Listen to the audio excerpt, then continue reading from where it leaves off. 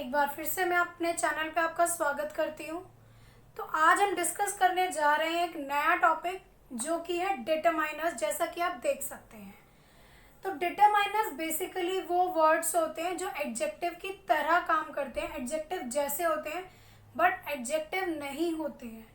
इन्हें they are words which function like adjective. They are place before noun, उन्हें noun से पहले use किया जाता है। ठीक है, दे डिटरमाइन और fix the meaning of a noun. वो हमें किसी भी नाउन का मीनिंग जो है वो बताते हैं, डिटरमाइन करते हैं। अब देखिए डिटरमाइनर्स की कुछ कैटेगरीज होती हैं। तो फर्स्ट कैटेगरी हमारी आर्टिकल्स। आर्टिकल्स जैसा कि हम बचपन से पढ़ते आ रहे हैं, एंड द, 3 आर्टिकल्स होते हैं।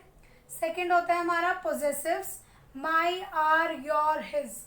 पोजेसिव बेसिकली जिसपे जो चीज़ें या जो लोग हमसे रिलेटेड होते हैं, हमसे जुड़े होते हैं। थर्ड है हमारा डेमोन्स्ट्रेटिव। डेमोन्स्ट्रेटिव वो होते हैं जो किसी भी एक पर्टिकुलर चीज़ की तरफ इशारा करते हैं, डिनोट करते हैं उसे, जैसे कि दिस, दैट, दीज, दोज। डेमोन्स्ट्रेटिव्स में सिर्फ ये 4 आते हैं। उसके बाद है हमारा इंडेफिनिट एडजेक्टिव्स, यानी वो एडजेक्टिव्स जो डेफिनेट नहीं होते, इनडेफिनेट होते हैं, जैसे कि सम और एनी। सम कुछ, एनी यानी कोई भी। फिफ्थ आता है हमारा others, first, second, both, several, neither, etcetera. इसमें भी और भी जो है काफ़ी सारे अदर वर्ड्स हम यूज़ करते हैं, जो कि हम आगे आने वाली इस वीडियो में जानेंगे। करते हैं हमारा फर्स्ट टॉपिक डिटरमाइनर्स की फर्स्ट कैटेगरी में जो आता है आर्टिकल्स। आर्टिकल्स में 3 आर्टिकल आते हैं, ए, एन एंड द।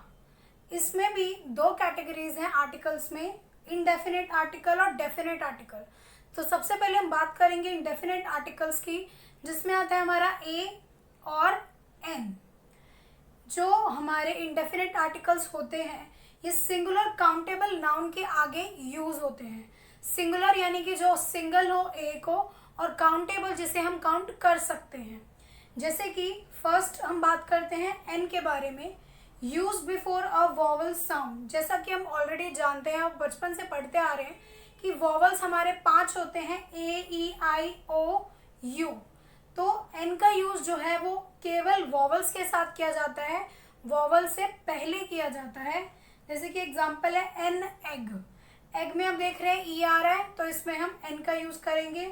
सेकेंड है एन ऑरेंज, ऑरेंज का फर्स्ट वर्ड है ओ, तो इसके आगे हम एन का यूज करेंगे, ईटीसी।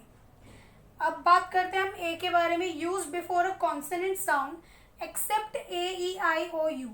अब कॉन्सोनेंट साउंड्स वो होते हैं जो वॉवल्स के अलावा जो साउंड्स होती हैं उन सारी साउंड्स को हम कॉन्सोनेंट बोलते हैं। तो इसके एग्जांपल है और टेबल। टेबल का फर्स्ट वर्ड है टी, इसमें कोई भी वॉवल साउंड नहीं है, तो ये जो है हमारा एक कॉन्सोनेंट साउंड होगा। तो टेबल के आगे यानी टी है तो उसके आगे हम ए का यूज करेंगे। सेकेंड है अ मैन, मैन है एम, उसके आगे ए का यूज करेंगे। थर्ड है ए कंट्री, सी है तो उसके आगे भी ए का यूज करेंगे, ईटीसी। इस तरीके से इनका बहुत ही सिंपल सा यूज होता है, सिंगुलर काउंटेबल नाउन के आगे लगाया जाता है इन्हें। एन का यूज होगा वॉवल्स के साथ और ए का यूज होगा कॉन्सोनेंट साउंड्स के साथ। हम डिस्कस करते हैं अपना सेकेंड आर्टिकल जो कि है द डेफिनेट आर्टिकल द।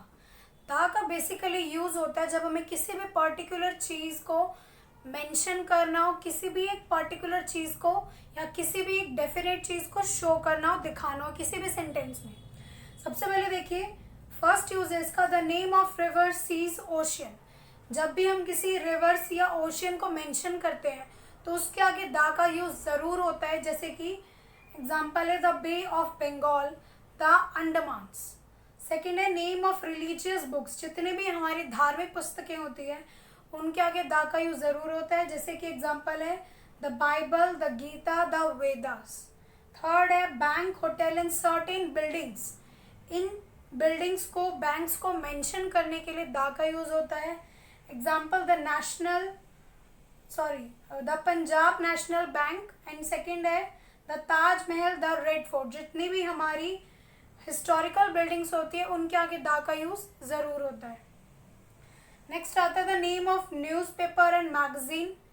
जब हमें न्यूज़पेपर या मैगजीन को मेंशन करना हो, the Indian express, the times of India etcetera. And last but not the least, the name of communities, जब हमें किसी भी कम्युनिटी को मेंशन करना हो, एग्जाम्पल है द सिख्स, द हिंदूज, या इन दोनों के अलावा अगर किसी भी कम्युनिटी को हमें मेंशन करना है तो उसके आगे हम द का यूज जरूर करेंगे। इसके बाद सेकंड कैटेगरी हमारे डिस्कस करते हैं जो कि है पोजेसिव। पोजेसिव वो होते हैं जो किसी भी चीज़ से, जो हमसे या किसी और से रिलेटेड होते हैं, उससे अपना पोजेशन शो करते हैं, अपना अधिकार जताते हैं। जैसे कि इनका यूज़ कहाँ होता है, used before countable and uncountable noun as determiners. इनका यूज़ काउंटेबल यानी जिन्हें हम काउंट कर सकते हैं, और अनकाउंटेबल यानी जिन्हें हम काउंट नहीं कर सकते, उन नाउन्स के आगे इनका डिटरमाइनर्स के तौर पे यूज़ किया जाता है। एग्जाम्पल के तौर पे, दिस इज़ माई हाउस, यह मेरा घर है।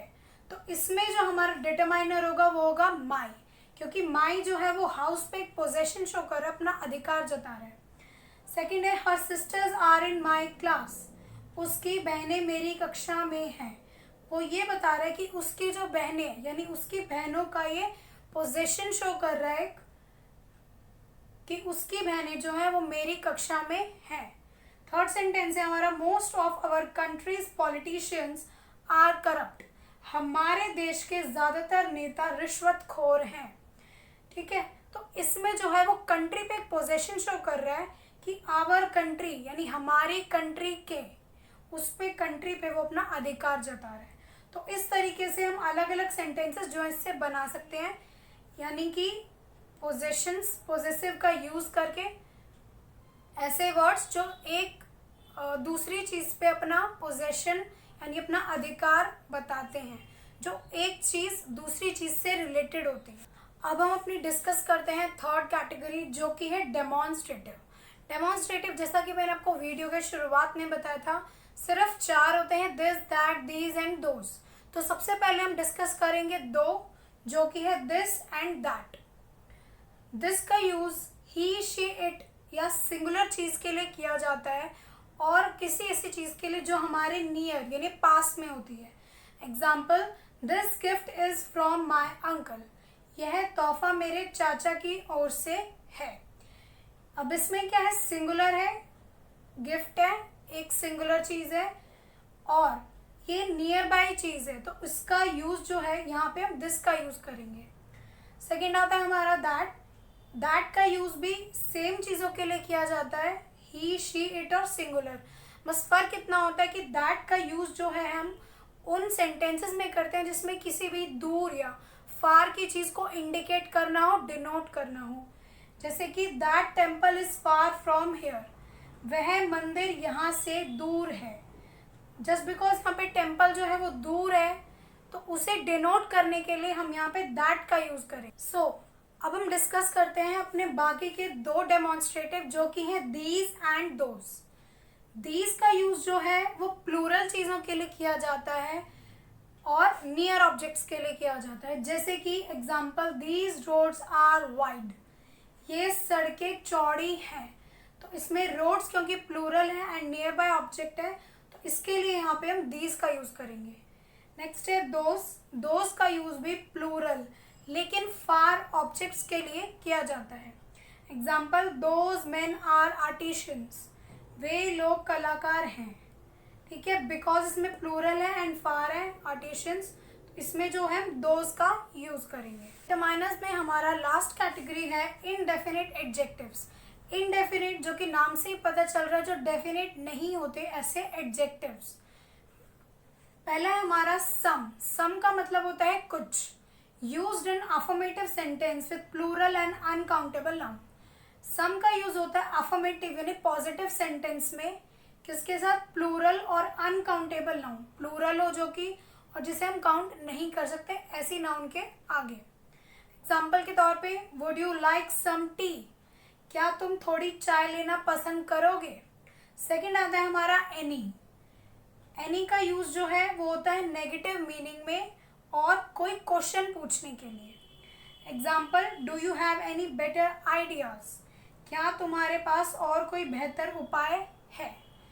दोनों में बेसिक डिफरेंस ये होगा कि सम का यूज जो है वो पॉजिटिव वे में किया जाता है और प्लूरल अनकाउंटेबल नाउन के साथ किया जाता है, और एनी का यूज एक नेगेटिव मीनिंग में किया जाता है और एक क्वेश्चन पूछने के लिए किया जाता है। अब हम बात करते हैं हमारे थर्ड इंडेफिनिट एडजेक्टिव की, जो कि है लिटिल। लिटिल जो है वो इंडिकेट करता है स्मॉल अमाउंट ऑफ क्वांटिटी, यानी थोड़ी सी क्वांटिटी को, और इसका यूज किया जाता है अनकाउंटेबल नाउन से पहले।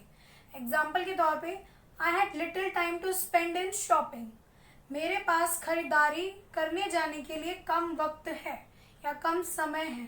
लिटिल मीन्स जो स्मॉल अमाउंट, छोटे अमाउंट को शो करे, क्वांटिटी को, और जिसका यूज अनकाउंटेबल यानी जिसे हम काउंट नहीं कर सकते, ऐसी नाउन के साथ यूज हो। फोर्थ आता है हमारा मच। मच इंडिकेट करता है लार्ज अमाउंट ऑफ क्वांटिटी को, यानी ज़्यादा क्वांटिटी को, और इसका यूज भी अनकाउंटेबल नाउन के साथ किया जाता है।